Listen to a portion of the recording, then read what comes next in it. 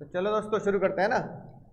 तो ये चटपटा क्वेश्चन था, पहले कर लेते हैं, उसके बाद आगे के परकुजीट उसके बाद पढ़ लेंगे, आगे के परकुजीट उसके बाद पढ़ लेंगे, है ना। तो मुझे बताएंगे सभी खतरनाक बालक कि चटपटे क्वेश्चन में तुमने क्या गुल खिलाए, गुलशन गुलशन। आंसर बता दो कितना आ रहा है दीदी। अरे भाई 4 लाख, बोलो सेम है। चीटिंग करता है तो चीटिंग करता है तो, है ना। साथ में मिलके क्या है, तुम्हारा कितना आ रहा है सच बताओ। तीनों ने मिलके किया है, करा नहीं है तुमने, है ना, करा नहीं है ना। दोस्त का रह गई आज, दोस्त का रह गई। वो है बहुत चुट्टी मारते तुम भाई। तुम्हारा क्या रहा है बॉस। यार तुमने मिलके मिली भगत करी है तुमने, है ना। इधर ऐसे क्वेश्चन आएंगे एग्जाम में, तुम्हें लग रहा है कोई एग्जाम में पता नहीं सीए जैसे एग्जाम होगा, पता नहीं। सीए जैसे एग्जाम में क्वेश्चन बहुत छोटे छोटे आते हैं, है ना। और बस क्वेश्चन ऐसे ही आते हैं, बच्चा सिर्फ क्या करता है, सिर्फ घबराता है। फेल होने का कारण है प्रैक्टिकल सब्जेक्ट में। थ्योरी तो चलो मैं मानता हूँ भाई, लॉ में कंप्यूटर लॉ में नंबर काट ले वो काट ले। प्रैक्टिकल में फेल होने का बच्चे, पहले तो फेल नहीं होता बच्चे प्रैक्टिकल में, कम नंबर आने का कारण ये घबराहट बस, कि मेरा कोई पॉइंट गलत हो गया तो मेरे पूरे नंबर काट लेंगे, है कि नहीं बात। और तुम्हें यकीन ना होता, अगर तुम ये क्वेश्चन कर दिया तुमने, तो तुम आईसीआई का अपना वो उठा लेना मॉड्यूल। भाई पुराना मॉड्यूल हो चाहे नया हो, क्वेश्चन तो वही होंगे ना। ये तो लगा थोड़ी बहुत तो चेंज हो जाएंगे, तो वो तुम देखोगे तो तुम्हें लगेगा सर लड्डू लड्डू से क्वेश्चन है कि नहीं बात। और सबसे बड़ा हेड है, सैलरी है सबसे बड़ा, बाकी छोटे हैं, है ना। राइट, सबसे ज्यादा फॉर्मूला इसमें है। बताओ सबका सेम आ रहा है भाई निकम। और अभी आधे घंटे घंटे पहले क्यों क्या कर रहे होंगे, बतिया रहे होंगे, पॉलिटिक्स पॉलिटिकल वीडियो देख रहा है ना। वो उधर वाला पता नहीं कौन सी रील देख रहा है। ठीक है, ये नहीं क्वेश्चन कर लेते तो कम से कम अपनी गलती का तो पता लगता। अब देखो क्या कह रहा है, वो कह रहा है भाई आरएफए, आरएफए हो गया। अब आरएफए में रेंट पेड बाय कंपनी नहीं दे रखा, तो इसका मतलब क्या है, किसके बेस से करेंगे, पॉपुलेशन। पहला एडजस्टमेंट समझ में आ गया। दूसरा एडजस्टमेंट देखो क्या कह रहा है, दूसरे एडजस्टमेंट में आ गए भगवान दास जी। कौन आ गए, कितना चार्ज कर रही है कंपनी, एसबीआई कितना है, 4% का मजा लेंगे भगवान दास जी, है ना। गिफ्ट आ गया कितने का, इन काइंड है, समझ गए। हाँ बिल्कुल सही बात, ठीक है। मुद्दे की बात ये, टेलीफोन और टेलीफोन बिल क्या होते हैं, एग्जाम, क्योंकि पर्सनल बेनिफिट नहीं होते। लिखवा दिया था टेलीफोन, हाँ एग्जाम होंगे ना। पर्सनल मजा कहाँ ले रहे हो तुम इसमें, कौन सा ऐड होता है पर जो, तो भी कोई दिक्कत नहीं, तो भी घर ऑफिस तो कंपनी का मोबाइल, कंपनी का लैपटॉप रेजिडेंस पे तो ले जाते हो तुम, ठीक है। हाँ तो यहाँ थोड़ा गड़बड़ हो गई। समझने वाली बात यह है, कार बेची है, कम्मो लगेगा, मेरा दिल ले गई कम्मो की, इधर ग्रुप पे भेज भी दिया था मैंने, है ना। राइट, कम्मो लगेगा, और इसमें भी क्या लगेगा, इसमें वो कह रहा है पहले तो वो यूज कर रहा है, तो पहले कौन सा फर्क लगेगा, फर्क नंबर 7, यूज में कौन सा लगता है, फर्क नंबर 7। फिर उसी को क्या कर रहा है, वो सोल्ड भी कर रहा है एम्प्लॉय को, तो साथ साथ क्या लगेगा, फर्क नंबर 8। इस क्वेश्चन में 0.4 के अलावा कोई एडजस्टमेंट नहीं है। यूज पे कौन सा निकम्मो, यूज पे कौन सा लगता है, 7 लगता है यूज पर, और सेल पे कौन सा लगता है, 8। तो पॉइंट नंबर 4 ऐसा है कि उसमें यूज भी लग रहा है और बोलो सेल भी लग रहा है। टुच्चा सवाल है बस, है ना। तो अगस्त तक बाबू यूज भी तो कर रहा है, कर रहा है नहीं कर रहा। हाँ तो बस वही पॉइंट है जो मैंने तुम्हें पिछली क्लास में बताया था कि इसी पॉइंट को होश में कर लेना, बाकी तो बच्चों वाली बात है ना। तो अगस्त तक वो यूज कर रहा है, तो अगस्त तक तो लगेगा यूज ऑफ कंपनीज एसेट्स। फिर उसके बाद वो क्या कर रहा है, सेल, तो उसके अगस्त से क्या लगेगा, अगस्त में लगेगा सेल ऑफ कंपनी एसेट। तो पर्क नंबर 7 और पर्क नंबर 8 एक साथ लगना है।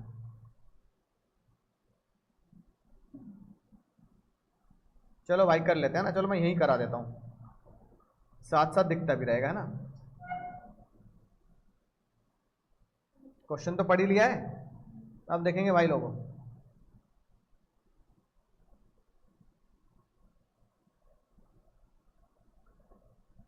फॉर्मेट सेम जो बचपन से बनाते आ रहे हैं, है ना।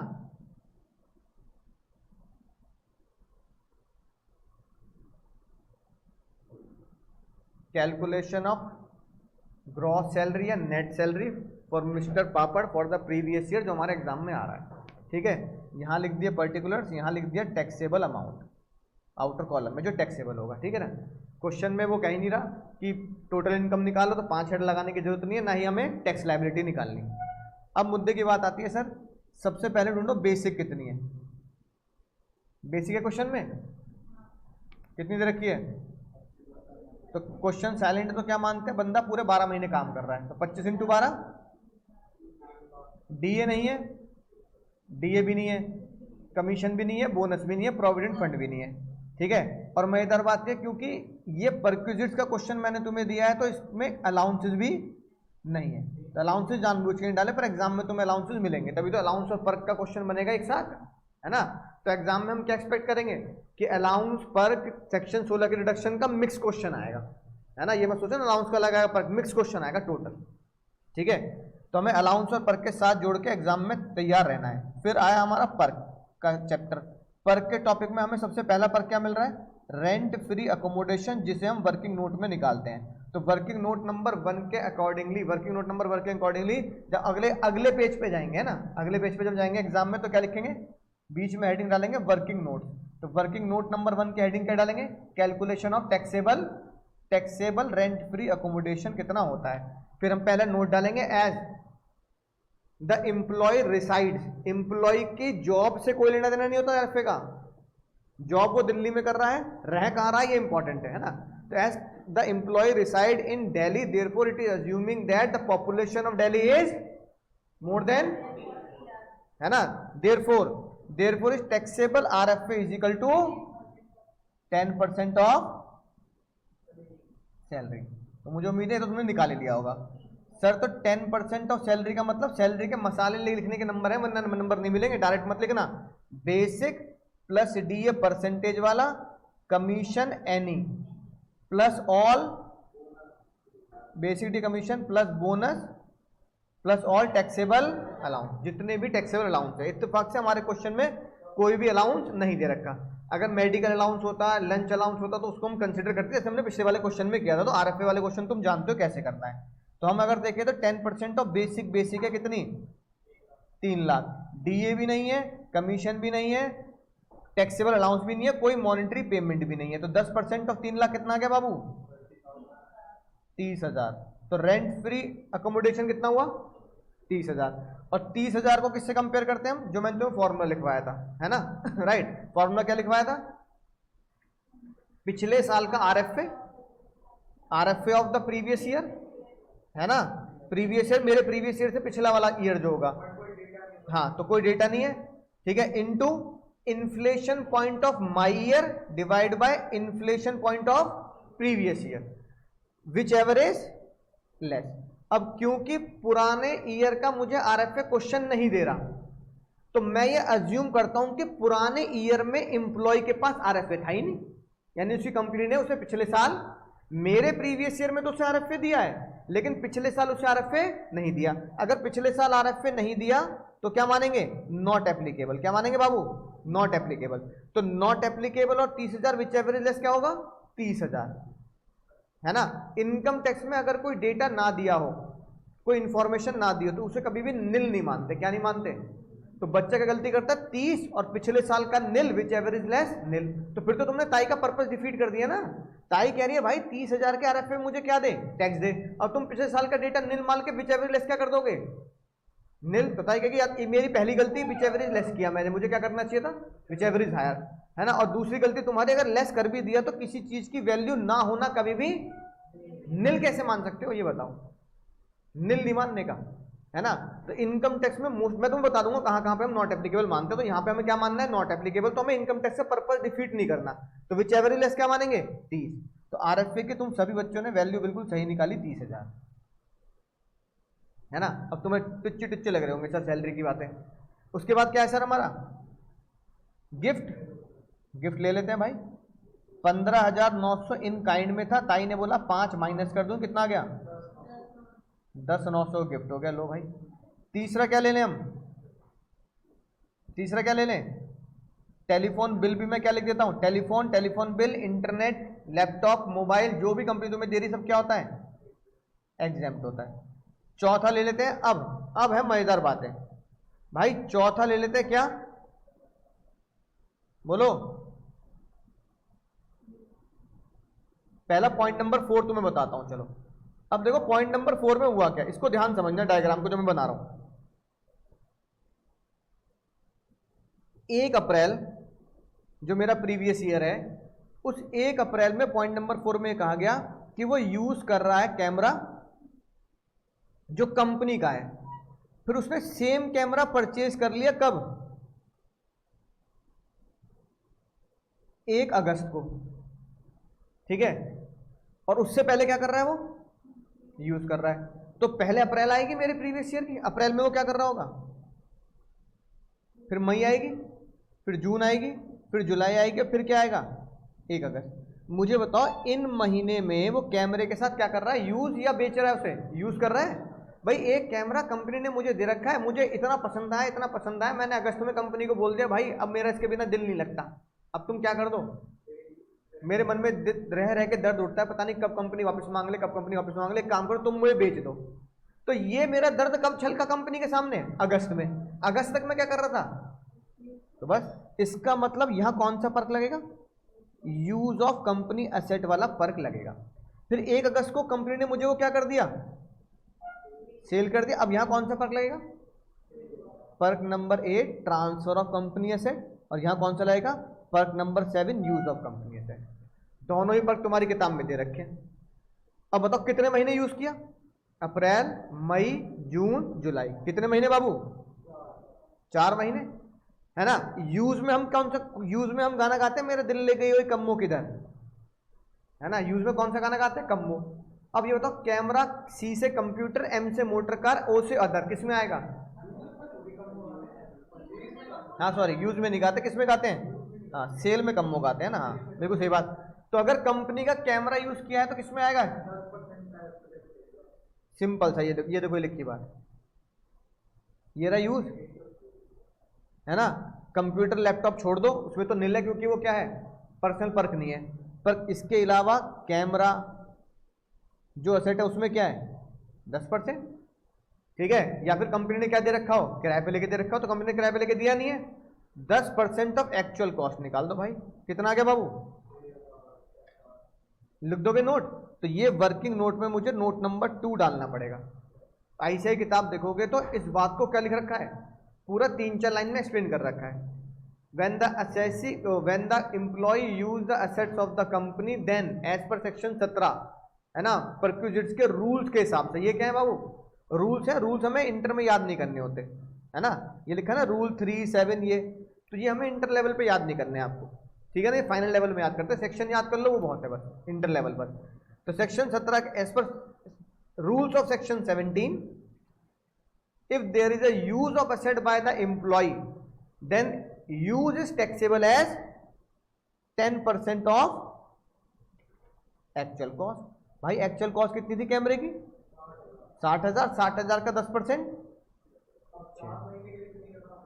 हाँ सॉरी, इसको अब क्या करोगे? तो ये 6,000 पे कांटा लग जाएगा। क्या करना है? 6,000 इंटू 4/12, तो 2,000 का आएगा। 4 महीने तो यूज किया है, तो फालतू पर क्यों दोगे? अब उसने बेच दिया, अब बेचने पे क्या लगाएंगे? Happy birthday. क्या बनाएंगे बाबू? हैप्पी बर्थडे बनाना है। तो मुझे बताओ एसेट्स कंपनी ने कब परचेज की थी? 1 मई 2021। पहला बर्थडे कब बनेगा? Sale of assets by company to employee, ये हो गया वर्किंग नोट नंबर 3, ये हो गया working note number 2। Working note number 1 हो गया हमारा आरएफए, और नीचे गिफ्ट का नोट डाल दोगे आप, और टेलीकॉम का भी नोट। हर एक एडजस्टमेंट का एग्जाम में नोट लिखा मिलेगा, इसलिए मैं कह रहा हूं आंसर 1 पेज का होता है मेन, लेकिन वर्किंग नोट बनते हैं कम से कम 2-3 पेज के, है ना। तो नोटिंग करते हुए अकाउंट्स की तरह कंजूसी नहीं करने का बिल्कुल भी। हर चीज तुम्हें क्या करनी है इनकम टैक्स में भी बता के चलनी है, ठीक है। एक तरीके से चौथा, पांचवा, छठा आ जाएगा ना। छठा वर्किंग नोट में क्या निकालेंगे? Asset is purchase by the company on 1 मई 2021, कितने रुपए पर? 60,000। पहला हैप्पी बर्थडे बोलो। हमें प्रीवियस ईयर से, असेसमेंट ईयर से कोई लेना देना नहीं, अपने को तो बर्थडे बोलने हैं। पहला बर्थडे बोलो हैप्पी बर्थडे। हैप्पी बर्थडे कब बना? 1 मई 2022। कम्मों में कौन सा आएगा? कैमरा कम्मों में कहाँ आएगा? कैमरा कम्मों में कहाँ आएगा? अदर में। बच्चे एग्जाम में गलती करते हैं, कैमरा इलेक्ट्रॉनिक मान लेते हैं आजकल के जमाने में, पर ताई कैमरे को इलेक्ट्रॉनिक नहीं मानती, ताई कंप्यूटर और कंप्यूटर रिलेटेड डिवाइस को इलेक्ट्रॉनिक मानते हैं। तो नीचे लिख देना assuming camera is in other set, therefore CMO WWS 50 20 10% SLM base पर कितना? 6K। अगला बर्थडे 1 मई 2023, 6K। अगला बर्थडे 1 मई 2000, क्या 1 मई 2024 आ रही है? आ रही, क्योंकि वो बेच कब रहा है? अगस्त में। तो बर्थडे आ रहा है तो लगाएंगे भाई। क्या 1 मई 2025 आ रही है? नहीं आ रही, उससे पहले क्या कर दी गई है? एसेट बेच दी गई है। अच्छा, मई से लेकर अगस्त तक का क्या करूंगा? कुछ नहीं, इग्नोर मानना। 2 महीने 2-3 महीने का डेप मत निकाला ना, ताई चिल्लड़ नहीं गिनती। 60 में से 18 के कितने बचे? तो वैल्यू कितनी बची एसेट्स की? तुमने बाय कितने में करी? कितने का मजा? 12,000 रुपए टैक्सेबल पर। सही आ रहा है? ये छोड़ दिया होगा तुमने, है ना? तो 5वां आ गया, sale of company asset to the employee, working note number 6, taxable पर 12,000। आखिरी क्या आ गया हमारा? Company purchase car. भाई कार का और निकाल दो। कार कब की है बाबू? 2020 जुलाई 2020, 2.5 लाख रुपए की। कब खरीदा उसे? हाँ, एक नाम गलती से गलत है, पापड़ ही आएगा, है ना? कब? बस बेचारा कितने दिन से चूक गया? 2 दिन से भी नहीं, 1 दिन से। एक ही दिन माना जाता है ना। ठीक है भाई, बात बताओ, अगर तुमसे कहा जाए कि न्यू ईयर कब शुरू होगा? 1 से शुरू होगा ना, तो साल का एंड होता है 31 को ही तो एंड होता है, 1 को साल एंड नहीं होता है। इसलिए हमेशा क्या होता है, जिस दिन मैं परचेस करूंगा सेट, उस दिन 1 साल पूरा नहीं होता, उससे 1 दिन पहले 1 साल पूरा होता है कि नहीं बात? तो अगर तुम देखो तो बच्चे को लगता है कि सर 2 दिन से चूक गया। ना बाबू ना, 2 दिन से नहीं चूका, वो 1 दिन से चूका है, क्योंकि अगले दिन तो उसका साल क्या हो जाएगा? कंप्लीट हो जाएगा, है ना भाई? हम न्यू ईयर बनाते हैं कब? 1 को, और साल एंड कब होता है? 31 को। तो कोई भी चीज अगर आप आज खरीदो, मान लो आज तारीख है 5, तो अगर कोई भी चीज आप 5 तारीख को खरीदो तो उसका ईयर अगली 5 को एंड नहीं होगा, उसका ईयर अगली 4 को रात 12 बजे एंड होगा। समझ में आ रही ना बात? वो न्यू ईयर वाला कॉन्सेप्ट। इसलिए 1 दिन से चूका है, 2 दिन से नहीं। अब 1 दिन से चूको, 2 दिन से चूको, मुझे बता दो भाई, क्या मैं हैप्पी बर्थडे बनाऊंगा? बोलो भैया, है ना? 3 साल के बनाऊंगा ना, तो बस निकाल दो, कैलकुलेट कर देता हूं। चलो यहां पे बताना जरा, कितने रुपए खरीदी? 2.5 लाख की कार खरीदी। हैप्पी पहला बर्थडे बोलो। 16 जुलाई 2021। CMO एम से motor car, CMO WDV method, rate कितना बचा? अगला बर्थडे आया 16 जुलाई 2022, कितने रुपए लिखूं? WDV कितनी बच गई? 1,60,000। अगला बर्थडे आ रहा है बाबू 16 जुलाई 2023, 1,60 का 20%, 16 32, कितना बच गया? अब 1,28,000। क्या अगला बर्थडे आया? 16 जुलाई 2024 नहीं आया, उससे पहले क्या कर दिया गया? खरीद ली गई, तो बर्थडे नहीं बनाएंगे। 1,28 की कार तुम्हें कितने की पड़ रही है? 80,000 की पड़ रही है भैया। तो बताना भाई कितने का मजा आ रहा है? 48,000 का पर्क टाई के हिसाब से तुम्हें, है ना, बेनिफिट, पर्सनल बेनिफिट दे रही है कंपनी। कितना लिख दूं? 48,000। खत्म question. Sale of car 48,000। Gross salary आ जाएगी, इंटरेस्ट लोन रह गया। अबे गड़बड़ हो जाती भाई।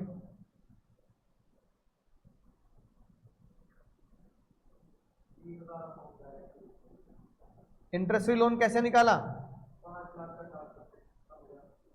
पहले तो ये बताओ, लेकिन अगर रूल ऑफ इनकम टैक्स के रूल्स देखो तो महीने का हिसाब किताब बनता है। इनकम टैक्स रूल के हिसाब से तो महीने का बनता है ना। हाँ, अब इस क्वेश्चन में कोई पेमेंट करी नहीं भगवान दास जी ने, और लोन भी अगर पुराना चल रहा है तो मुझे तो अपने साल से देखना है। तो अगर मैं फिर ऐसे लिख सकता हूँ एग्जाम में, मुझे बताओ 1 अप्रैल देखूंगा 30 अप्रैल, तो ये लिखना है एग्जाम में। In case of interest free loan, SBI rate minus employer rate. SBI का रेट कितना है 10, एम्प्लॉयर का रेट कितना है 6, कितने का मजा आ गया 4% इस पर। ये तो स्टेप नंबर 1 हो गया। स्टेप नंबर 2 में ताई ने बोला हर महीने की आखिरी तारीख को लोन देखूंगा, तो मुझे बताना पड़ेगा लिख के, the loan amount on which interest is calculated should be on last day of month. तो 30 अप्रैल को कितना बाबू, कितना लोन ले रहे, पेमेंट करी नहीं ना। 30 अप्रैल को 5 लाख, इसके बाद क्या आएगा अप्रैल के बाद, तो 31 मई, जून, जुलाई, अगस्त, ऐसे करके कहां तक ले आना 31 मार्च तक, और कितना लिख देना 5 लाख, ऐसे करके लगा सकते हैं ताकि कैलकुलेशन जल्दी हो जाए। तो अब उसका ब्याज कितना बैठा 5 लाख इंटू 4% का फर्क इंटू 12/12, अलग अलग महीने का निकाल दोगे तो एग्जाम में थोड़ा सा अच्छा हो जाएगा। रूल के हिसाब से तो महीने का एंड लिया, कितना आ गया, तो 20,000। हाँ, आप क्या करें, ये रूल्स के चक्कर में होता है ना ऐसा। नंबर वैसे कटने तो नहीं चाहिए, और रूल में लिखा है इसलिए मैं सॉल्यूशन में ऐसे ही करता हूँ, है ना। वैसे नंबर ICI को काटने नहीं चाहिए इतनी सी बात पर कि बच्चा महीने, बस तुम नीचे एक लाइन लिख देना, interest is calculated on the last day of month. ये इंपॉर्टेंट लाइन है कि मुझे पता है हर महीने के आखिरी में कैलकुलेट होता है, ठीक है ना, और 4% का फर्क है। तो कितना आ गया, ये ग्रॉस सैलरी आ जाएगी। ग्रॉस सैलरी के बाद लेस कर देना बाबू लोग क्या, सेक्शन 16 की डिडक्शन। इसमें स्टैंडर्ड तो आएगी आएगी, नए पुराने के हिसाब से स्टैंडर्ड तो आएगी आएगी। प्रोफेशनल टैक्स है नहीं, और एंटरटेनमेंट अलाउंस है नहीं, आंसर आ जाएगा। हाँ, तो तुम्हारी ग्रॉस सैलरी कितनी आ रही है, ये तुम्हारा आंसर आएगा, बिल्कुल बढ़िया। 1 पेज का मेन सॉल्यूशन, 2 पेज का, हाँ क्वेश्चन साइलेंट है तो न्यू ही मानना है बाबू। क्वेश्चन अगर साइलेंट है अबाउट द 115 BAC और वो, तो न्यू ही मानना है, डिफॉल्ट स्कीम न्यू है, वरना क्वेश्चन लिख के देगा कि he is not opting for, है ना, 115 BAC, ठीक है। तो वो हम क्वेश्चन के हिसाब से देख लेंगे, हमें पता है कि स्टैंडर्ड डिडक्शन फिक्स होती है, तो वो हम घटा देंगे। बोलो समझ गए सर।